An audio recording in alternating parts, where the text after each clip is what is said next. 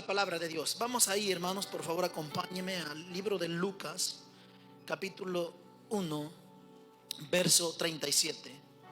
Vamos a ir a la bendita palabra de Dios. Lucas 1, 37. Cuando lo tenga, diga amén. Y aunque no lo tenga, diga amén. Gloria a Dios. Dice así. Vamos a darle lectura en el nombre del Padre, del Hijo y del Espíritu Santo de Dios. Dice, léalo conmigo, hermano. Vamos de consumo, todos juntos, amén. Dice, porque nada hay imposible para Dios.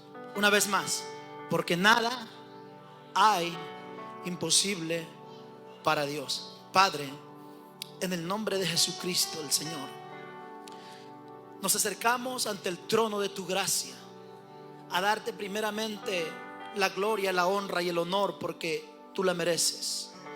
Gracias por esta oportunidad que me das de poder compartir tu palabra. Pido, Señor, que no regrese a usted esta palabra vacía, que dé fruto, Señor, que haya cambios, que se rompan ataduras, cadenas. Declaramos que las mentes, los corazones, y que habrá una conexión de espíritu al Espíritu Santo de Dios. Espíritu Santo, revela tu palabra, alimenta nuestro espíritu. Señor, hago a un lado mi humanidad, mi entorno, mi persona, para que sea usted, Espíritu Santo de Dios. Tendré el temor, Señor, y el cuidado de darte la reverencia, el honor, como tú te lo mereces. Glorifícate al lado de tu pueblo en esta hermosa tarde. Y damos inicio en el nombre que es sobre todo nombre, Jesucristo el Señor. Y la iglesia dice amén. Por favor, ocupe su lugar, hermanos.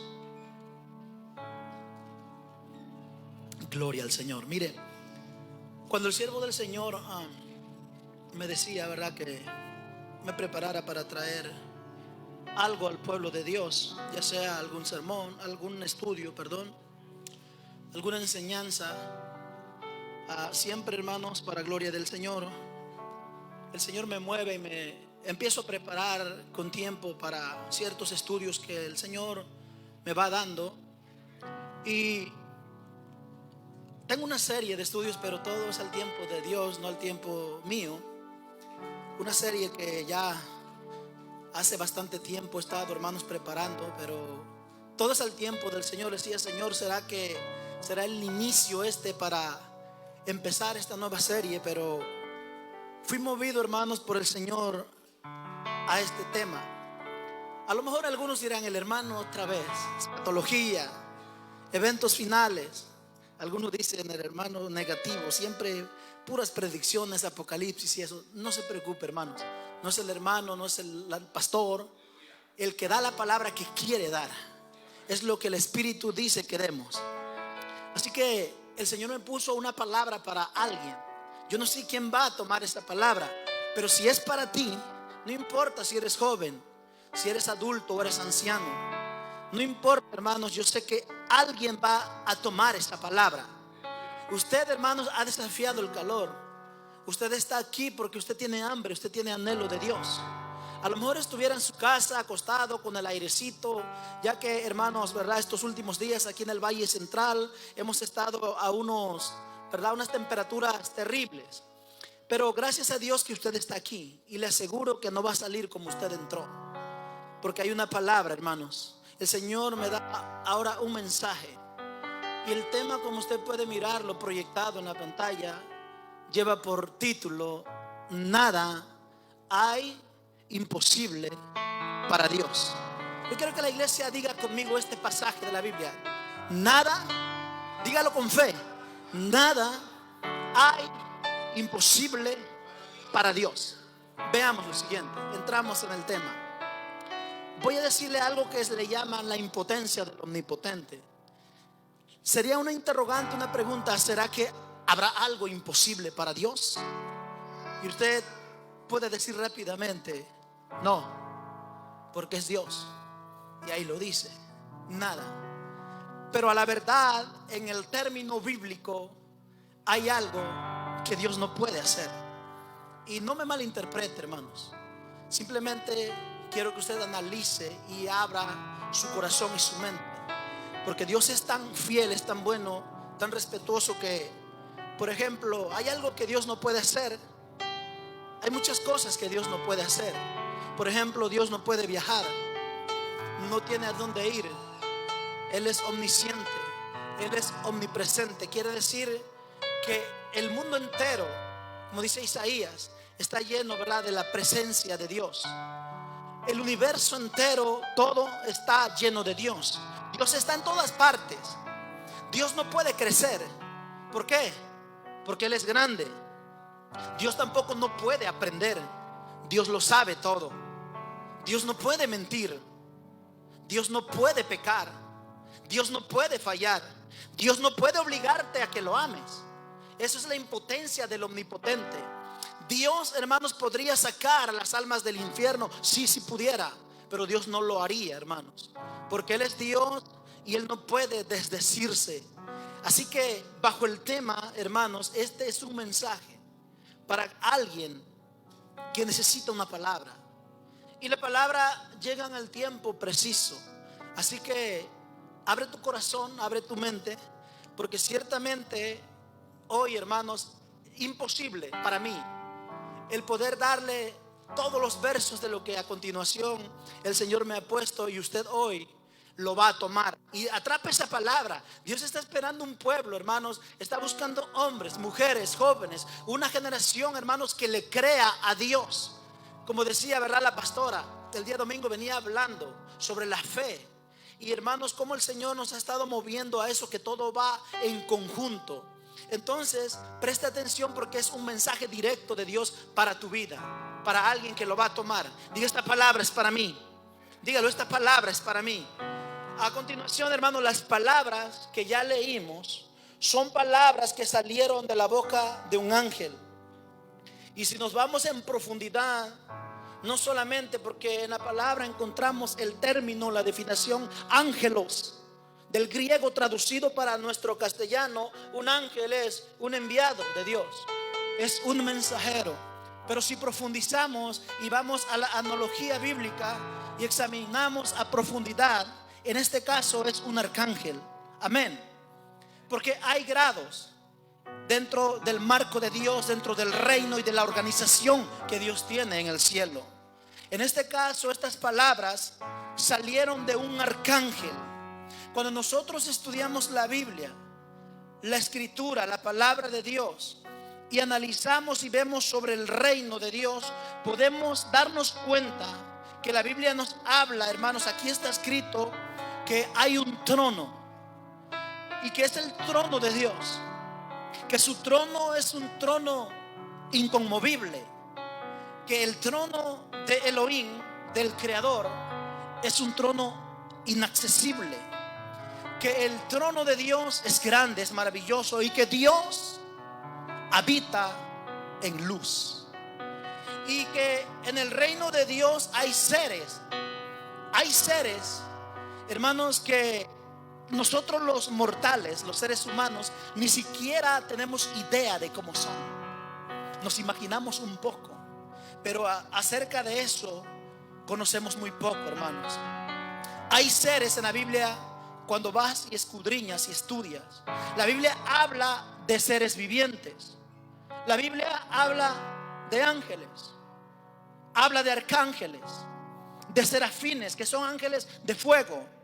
Habla de querubines, habla de arcángeles, hermanos, son ángeles guerreros. La Biblia registra los dominios, virtudes, potestades, los ufanim, los tronos, etcétera, etcétera. Hay, hermanos, diferentes rangos dentro de la angelología, o dentro de los seres que Dios tiene.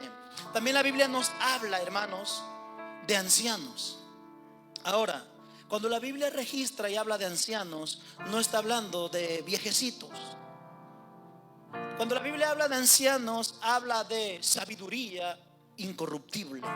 Porque recuerde que Dios, Él habita la eternidad, y los ángeles de Dios viven en juventud eterna.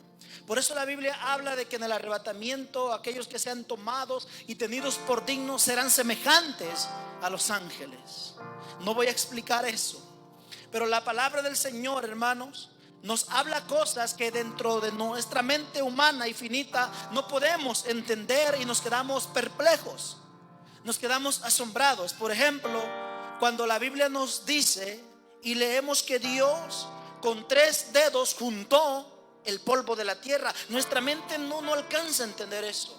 ¿Cómo es que Dios? Y eso está en Isaías 40:12. Los versos que se le van a dar, hermanos, usted va a escudriñarlos en casa. Le vamos a dar esto que yo estoy diciendo, hermanos, de que la Biblia habla en ese pasaje que con 3 dedos Dios juntó el polvo de la tierra. La Biblia nos habla en Nahum 1:3 que Dios cabalga en el torbellino y que las nubes son el polvo de sus pies. Dese cuenta, hermanos, lo que usted está escuchando, para llegar a lo que Dios quiere hablarle, para, hermanos, aumentar su fe, para que usted tome, hermanos, lo que está escuchando en lo más profundo de su ser. Podemos entender por conceptos de astronomía que la Tierra, el planeta, el globo terráqueo, se sostiene en algo.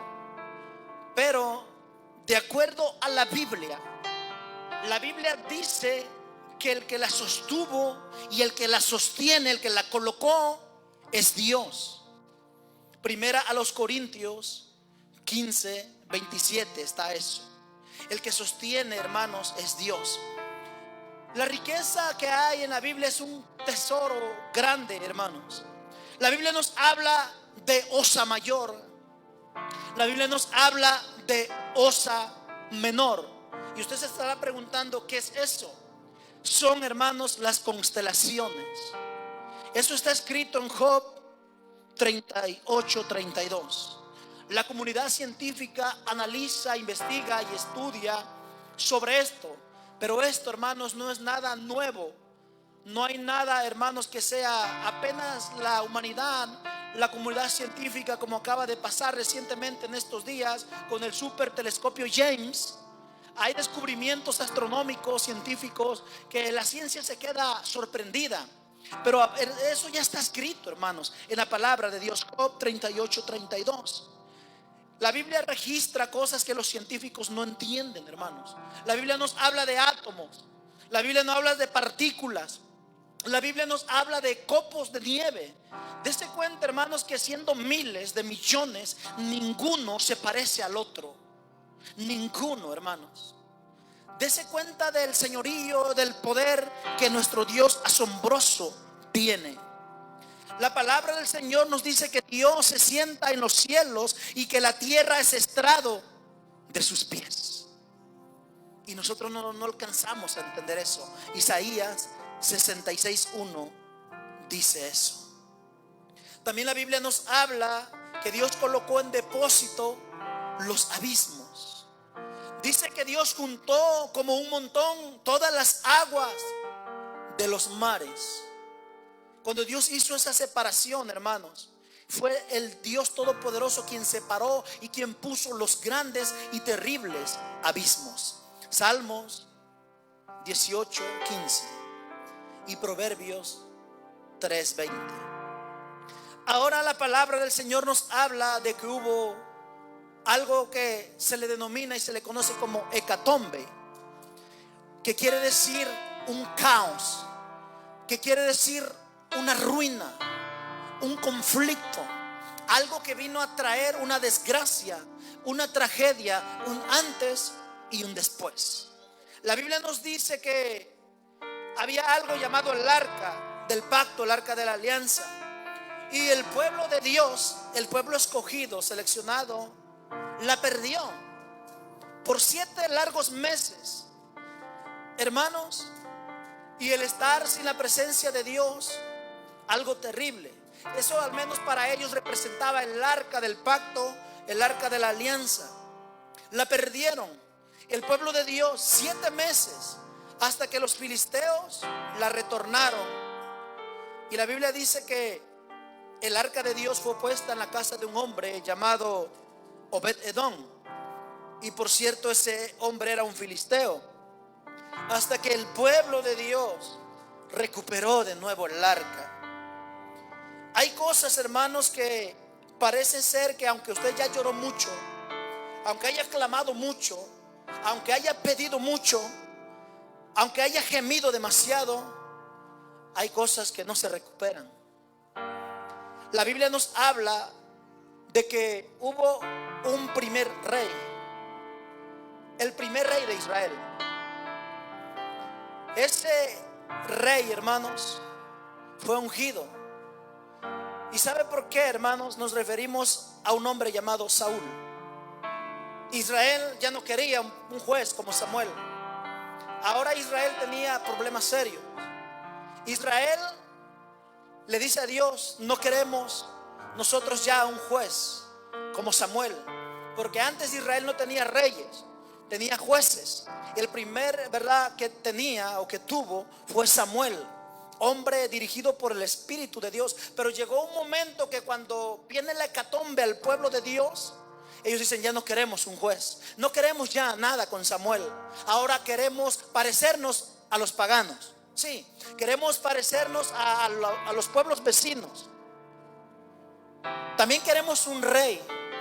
Y le dicen a este hombre de Dios llamado Samuel: queremos un rey. Y el primer rey, hermanos, de Israel fue este hombre llamado Saúl, que de los hombros para arriba nadie era más grande o más alto que él. Y la palabra del Señor nos habla, hermanos, de que ese pueblo, el pueblo de Dios, quería parecerse a los demás pueblos. Y esto es para el que lo quiera agarrar y le háblame, Jesús. ¿Qué problema es cuando los hijos de Dios envidian a los impíos? Es un problema serio cuando las hijas y los hijos de Dios, en el caso de los muchachos, se quieren parecer al loco del barrio. Y ahorita va, ¿por qué al loco del barrio? ¿Por qué los jovencitos se quieren parecer al muchacho del colegio? ¿Por qué las jovencitas se quieren parecer a las jóvenes del mundo, a las jovencitas del colegio? Y cuando hablaba del loco del barrio es porque como ellos traen tatuaje y es la moda, yo también quiero estar tatuado. ¿Qué problema es que las modas han arrasado fuerte al pueblo de Dios a nivel global? Pantalones rotos, bueno, también hombres de Dios, jovencitas de Dios, jovencitos, pantalones rotos, hay que enseñar pierna, hay que enseñar aquí, por allá. ¿Qué problema es cuando los hijos de Dios se quieren parecer a los impíos? Ya no les pareció, no importa, hermanos, yo soy obediente a lo que el Señor me pone. ¿Qué problema tan serio es cuando ya las hijas de Dios hay que perforarnos la boca, la nariz, hay que hacerlo? ¿Qué problema serio es cuando a ti no se te ha revelado quién eres? A ti no se te ha revelado que tú eres una hija, que eres un hijo de Dios y que tú eres diferente. ¿Qué problema es cuando no conoces quién tú eres? Israel entró en ese conflicto. No queremos un juez, queremos un rey. Bueno, ellos pidieron rey. Dios permite a este hombre. Este hombre, hermanos, es ungido. Dice que empezó bien, terminó mal. Este hombre, hermanos, se hizo arrogante, se hizo orgulloso. Este hombre después quiso hacer su propia voluntad. Y Dios permitió un conflicto para el pueblo del Señor. Ese hombre llamado Saúl entra al templo de la peor manera que no se debía de entrar. Él lo hizo.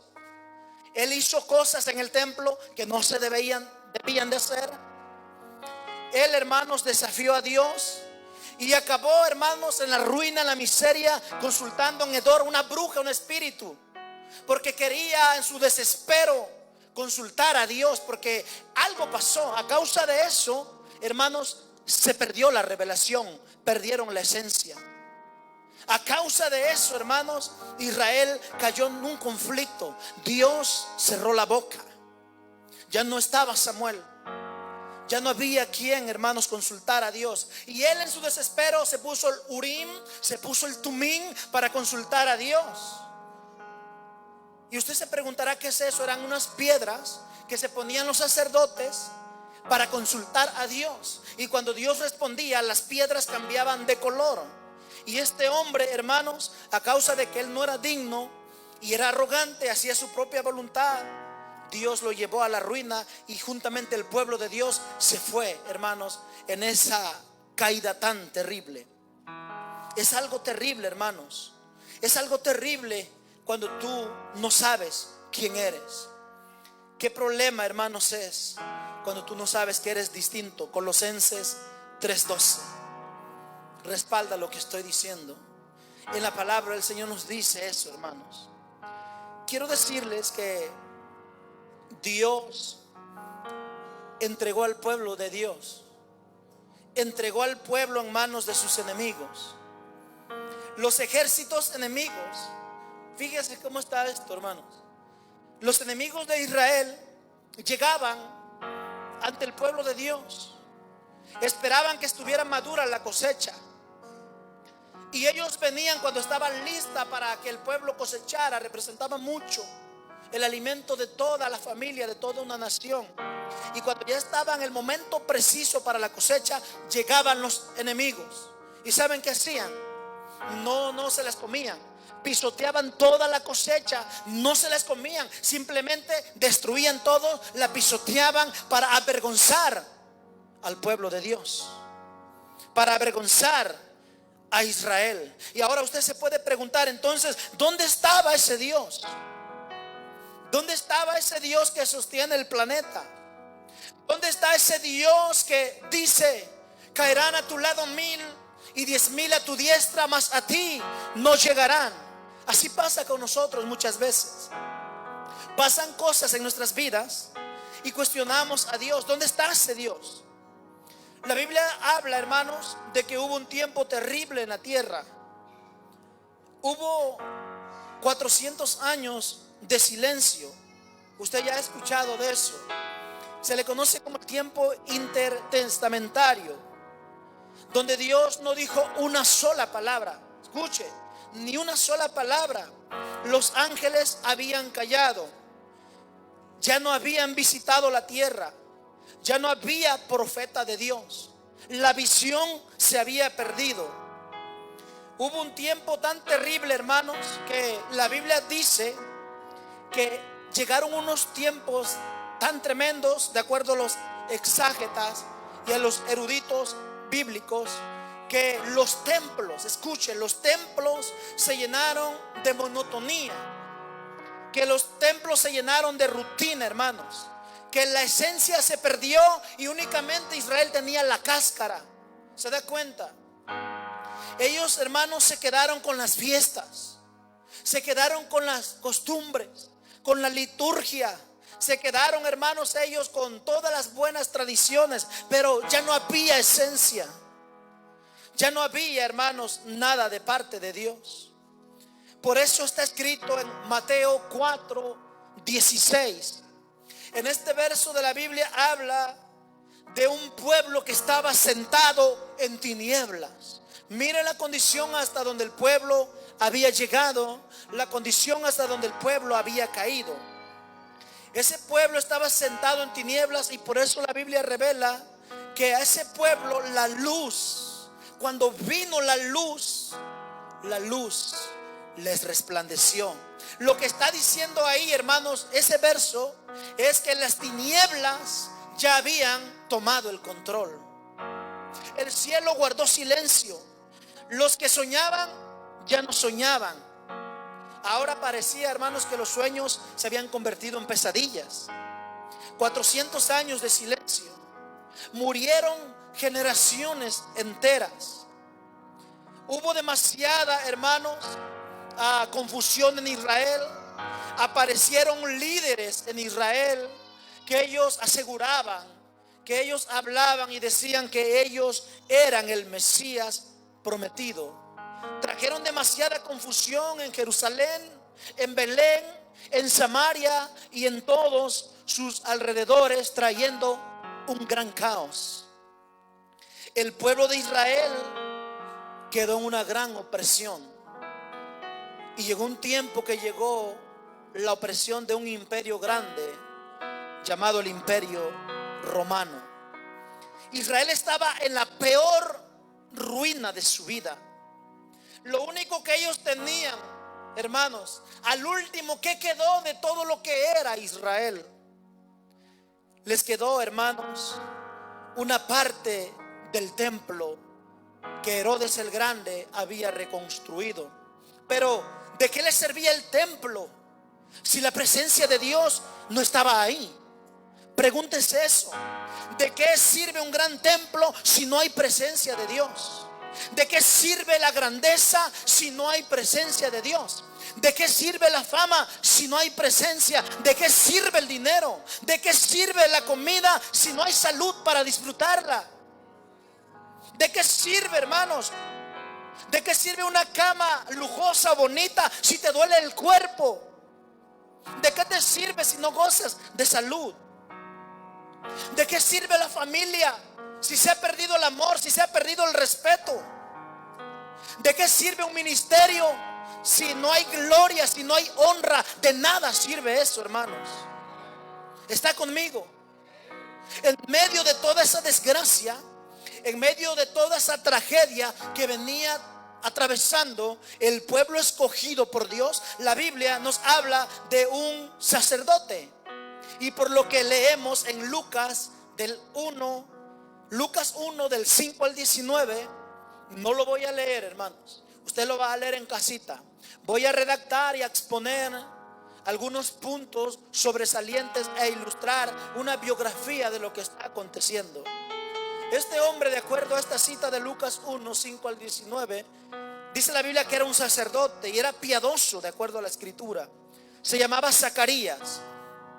La Biblia dice que él estaba ejerciendo un oficio. Como él era, hermano, sacerdote, él estaba en el templo, ocupado, por supuesto. Entraba al templo, ofrecía al Señor sacrificio, estaba ejerciendo, él estaba trabajando en el templo. Y la Biblia nos habla que de repente, después de mucho tiempo, más de 400 años de silencio, aparece un ángel, o más bien podemos decir un arcángel, llamado Gabriel. La Biblia da el nombre. Ese le da un anuncio, hermanos, a Zacarías. Le da un anuncio y le dice que la matriz de su mujer, llamada Elizabeth, le dijo, hermanos, que ella llevaría un fruto. Y la palabra del Señor declara que Elizabeth llevaría en su vientre un profeta cual nunca se había visto en este planeta. Y usted puede decir, wow, tanto así. Sí, hermanos, porque la Biblia dice que los profetas, hasta Juan. Y algo es que usted diga, yo soy un hijo de Dios, o yo soy un pastor, yo soy un profeta, yo soy. Una cosa es que Cristo, que Dios lo diga por ti. En el caso de Juan el Bautista, Jesucristo mismo dijo, ¿quieren saber algo? De todos los hijos de los hombres que han nacido en este planeta, no hay nadie mayor o más grande que Juan el Bautista. Y la palabra del Señor dice que Zacarías ya era viejo, su mujer estéril. Ahora, con este anuncio de este ser celestial, seguramente la gente no iba a creer. Y podemos ver por la palabra que a causa de que el hombre puso en duda, pero ¿cómo? Soy viejo, mi mujer es estéril. Y él no quiso creer y a causa de eso él quedó mudo. Pero si vamos más adelantito, la Biblia dice que pasaron 6 meses. 6 meses más tarde aparece el mismo ángel y trajo un anuncio, hermanos. Ahora, ese ángel es el mismo que estuvo con Daniel, hermanos. Es el mismo ángel que le habló a Daniel. Cuando usted va a Daniel 9 y lee en la palabra del Señor, sin duda alguna, ese mensajero, ese ser, hermanos, es el mismo que estaba con Daniel cuando lo metieron al foso de los leones. Es el mismo ángel que vio cuando metieron a los 3 jóvenes, a Misael y a Azarías, o más bien conocidos usted como, ¿verdad? Sadrach, Mesach y Abednego. Es el mismo ángel, hermanos, que vio cuando metieron a esos jóvenes, a esos 3 jóvenes al horno de fuego. Es el mismo ángel que venía, que subía a la presencia de Dios. Ese mismo ángel vio cuando el mar se abrió y el pueblo de Dios caminó en seco, donde alguna vez hubo agua. Es el mismo ángel que vio cuando Dios le habló a Abraham y le dijo: no mates a tu hijo. Él vio la obediencia de alguien en la tierra por primera vez. Una obediencia tan linda como nunca antes se había visto en la eternidad. Ese ángel, hermanos, había mirado eso. La Biblia nos enseña que los ángeles no son emotivos como nosotros. ¿Qué quiere decir eso? Por ejemplo, no hay registro alguno. Lea toda la Biblia. No hay registro de un ángel llorando. No hay registro de un ángel que esté solo alguna vez. Hay registro de ángeles que son guerreros, como Miguel, que comanda, por ejemplo, Miguel, los ejércitos de Dios. Hay registro de los ángeles en la Biblia que están esperando el momento para sonar una trompeta. Hay registro en la Biblia de ángeles allá en Apocalipsis que esperan, y ellos van a decir: ay, ay, ay.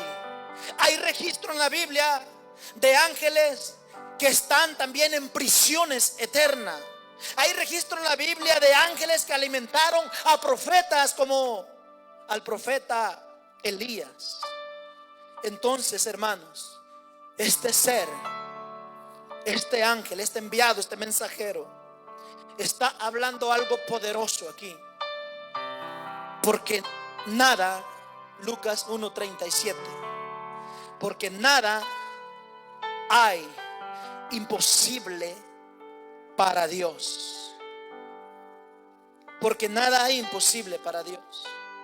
Le estaba hablando a una muchachita.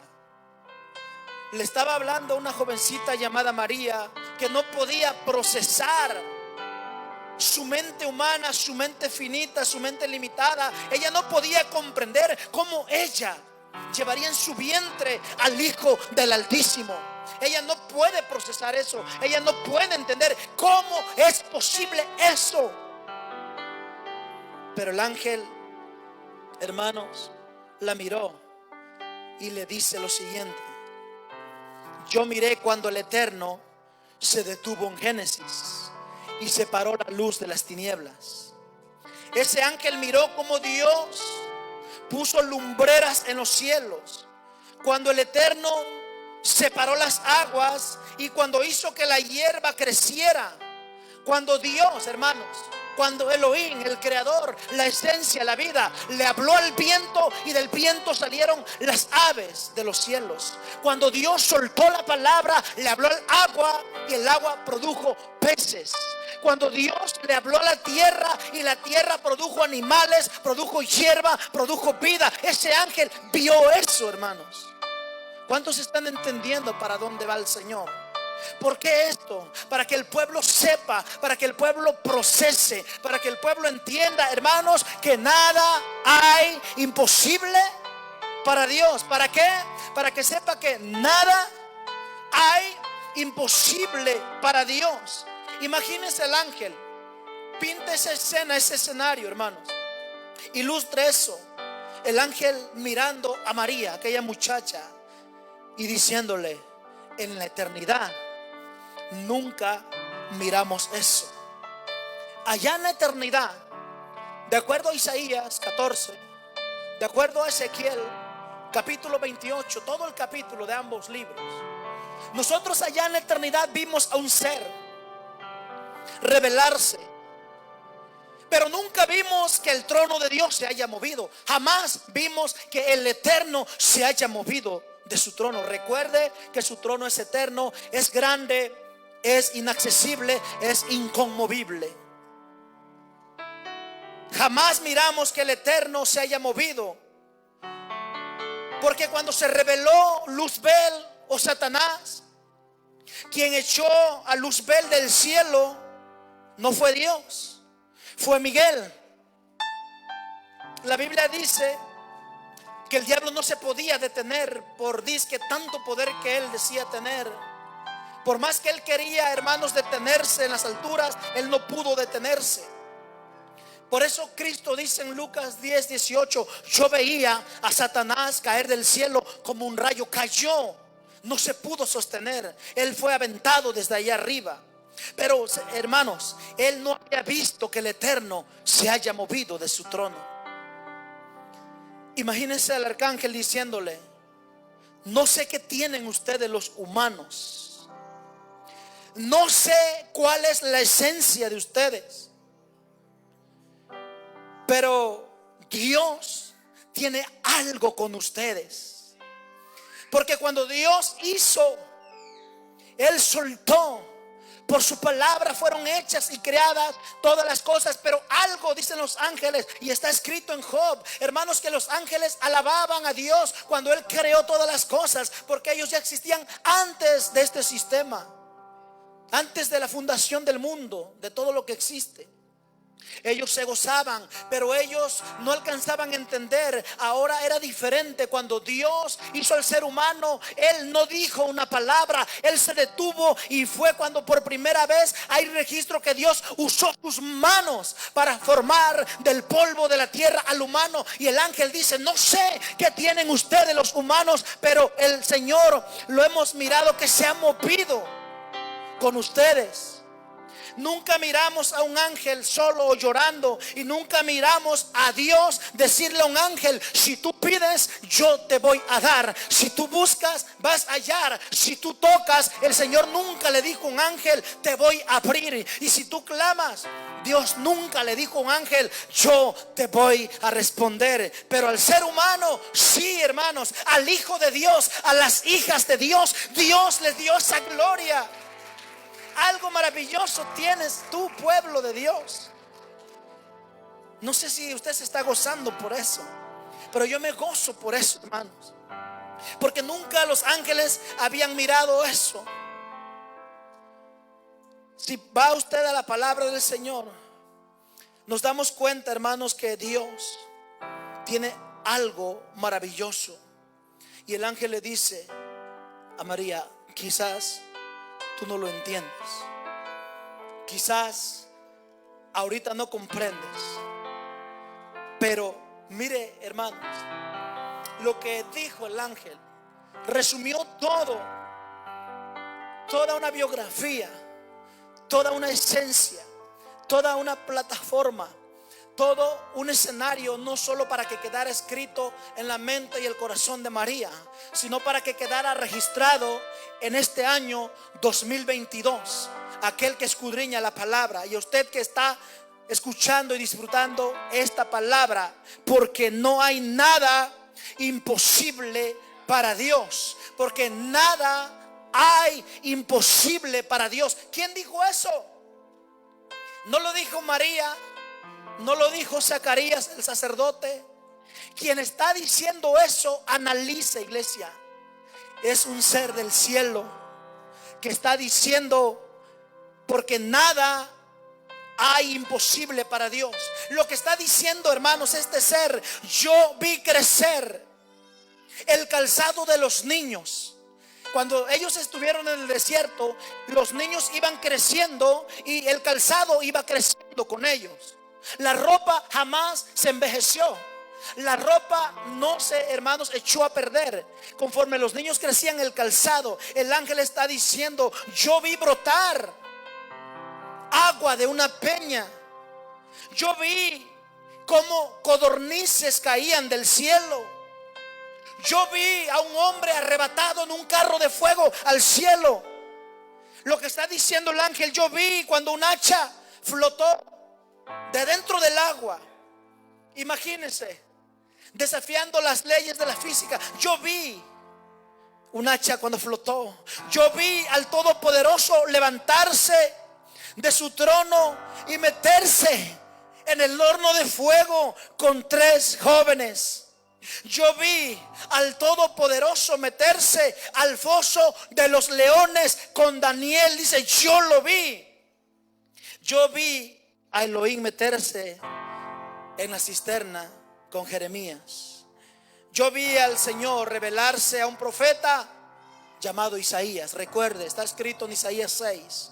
Yo vi cuando un hombre abrió su boca y de una vasija, mire, de una vasija, algo nunca antes visto, De una vasija brotaba el aceite. El ángel está diciendo: yo vi cómo salía, como si dentro de la vasija hubiese una fuente de agua que brotaba y fluía. Jamás habíamos visto semejante cosa. Pero el Eterno respondió cuando un hombre en la tierra abrió su boca. Y cuando el hombre abrió su boca, todo el cielo tuvo que responder. Cuando el hombre clamó y le dijo: sol, no te muevas, todo el cielo tuvo que responder y el sol estuvo. Estamos hablando en el lenguaje común, aunque en términos científicos estamos hablando que la tierra gira en su propia órbita. Pero la Biblia dice, hermanos, que no hubo atardecer hasta que el pueblo venció. Todo porque un hombre había soltado su boca. Aquel hombre que le había creído a Dios y dijo: 3 años y medio y no va a llover. No llovió. El cielo respondió, hermanos. El ángel está diciendo a María: te tengo noticias. Tú no eres la primera. Porque ella, ¿cómo es posible eso? Pero le está diciendo el ángel: yo vi a Sara. Yo vi a la mujer de Sunem, o la sunamita. Yo la vi. Ella era estéril. Recuerde, yo vi a Rebeca. Yo vi a Ana. Yo vi a Elizabeth. María, la que sigue, eres tú. Yo he visto mujeres que no podían tener hijos y ahora pueden hacerlo. Imagínense la mirada de aquella jovencita, hermanos. Solamente escuchar hablar a aquel ser diciendo: nada hay imposible para Dios. ¿Sabe qué es lo lindo de nuestro Dios y lo asombroso de Él?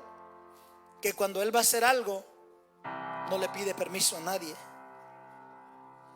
Porque para muchos hay gente que no califica. Tú no calificas.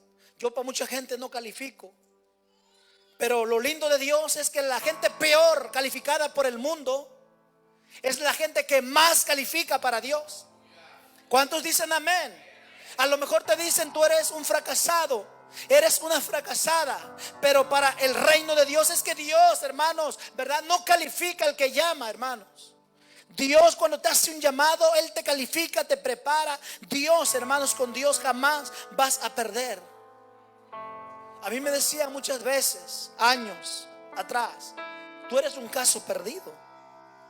Así me decían, hermanos, que yo era un caso perdido, que jamás podría hacer nada. Y para gloria de Dios, de lo más vil, de lo peor, es lo que Dios levanta para usarlo. Porque nada hay imposible para Dios. Tal vez a ti te han puesto un logotipo, te han puesto una etiqueta, tal vez te han puesto una marca, tal vez te han marginado, tal vez te han despreciado. Pero déjame decirte que en la condición que tú estás, tú para Dios sí calificas.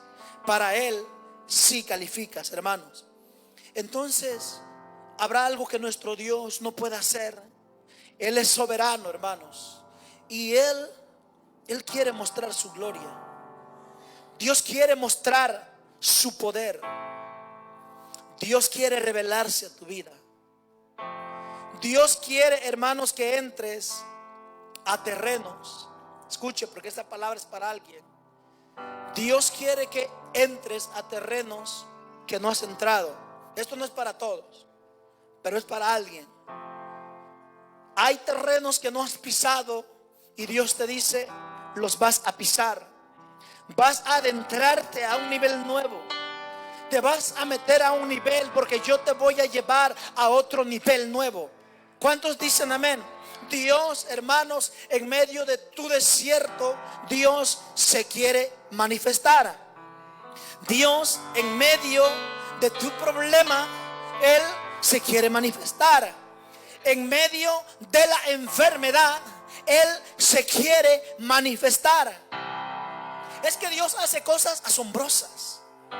Dios hace cosas sorprendentes, que el mundo se queda: ¿cómo es posible que ese Dios de la nada trajo algo? ¿Cómo es posible? Dice la comunidad científica allá en Génesis, que el fuego, por ejemplo, el agua, No se puede mezclar, hermanos, con el fuego. Y cómo Dios mezcló en el Génesis, podemos ver cómo Dios usó elementos, hermanos, para constituir este mundo. Es que Dios hace cosas sorprendentes. Dios hace cosas maravillosas. Por eso le digo, hermanos, como está escrito, aquel que te hizo el ojo no te mirará.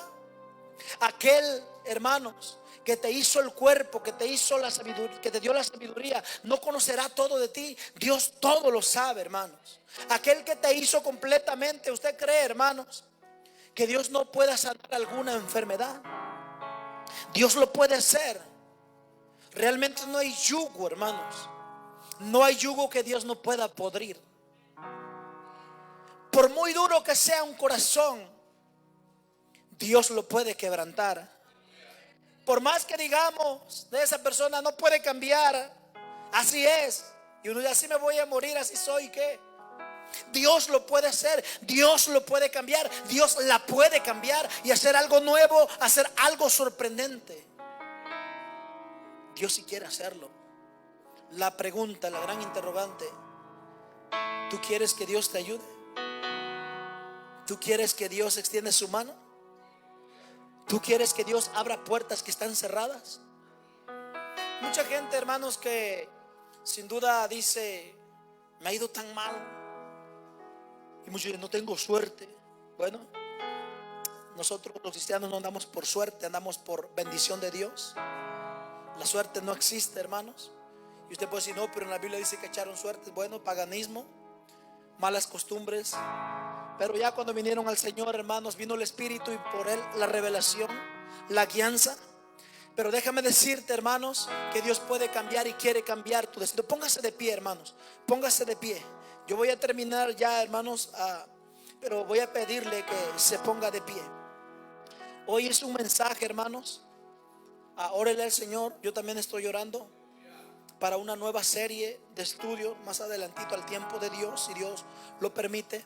Pero Dios, hermanos, ponía en mí el que le trajera esta palabra basado en este verso de Lucas 1:37, para que usted, aunque usted, hermanos, lo lea una y otra vez, y admito, reconozco, sé que en la iglesia, en este lugar, mucha gente de lectura, de estudio, sé que hay gente que se mete en aguas profundas, pero Dios te está hablando, Dios está desafiando tu fe.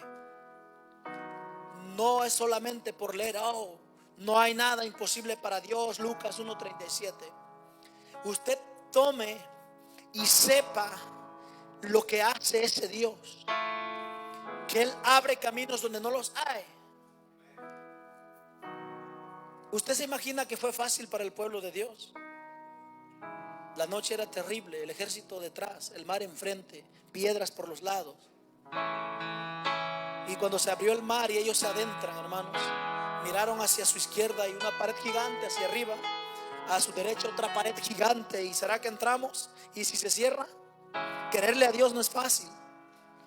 Pero sin embargo, hay registro en la palabra en Éxodo 14 que había un ángel que iba ahí, y que en el momento preciso ese ángel fue hacia la parte de la retaguardia. Algún que otro curioso, de acuerdo a Job, porque dice que Dios sopló un viento que era tan frío y las aguas de los mares se cuajaron como una gelatina, pero a la vez era fría. Eso está escrito en Job, que al aliento de Jehová las aguas se congelaron en un lugar para que el pueblo pasara. Y hermanos, uno que otro curioso, ¿usted cree que no fue y tocó el agua? Hay que pasar, es seguro. Lo que está diciendo ahí la palabra del Señor, que Dios hace lo que nadie puede hacer, lo que nadie jamás ha hecho, porque nada hay imposible para Dios. Llévate en tu corazón esto, hermanos. Levanta y fortalece tu fe, que ese Dios maravilloso, asombroso,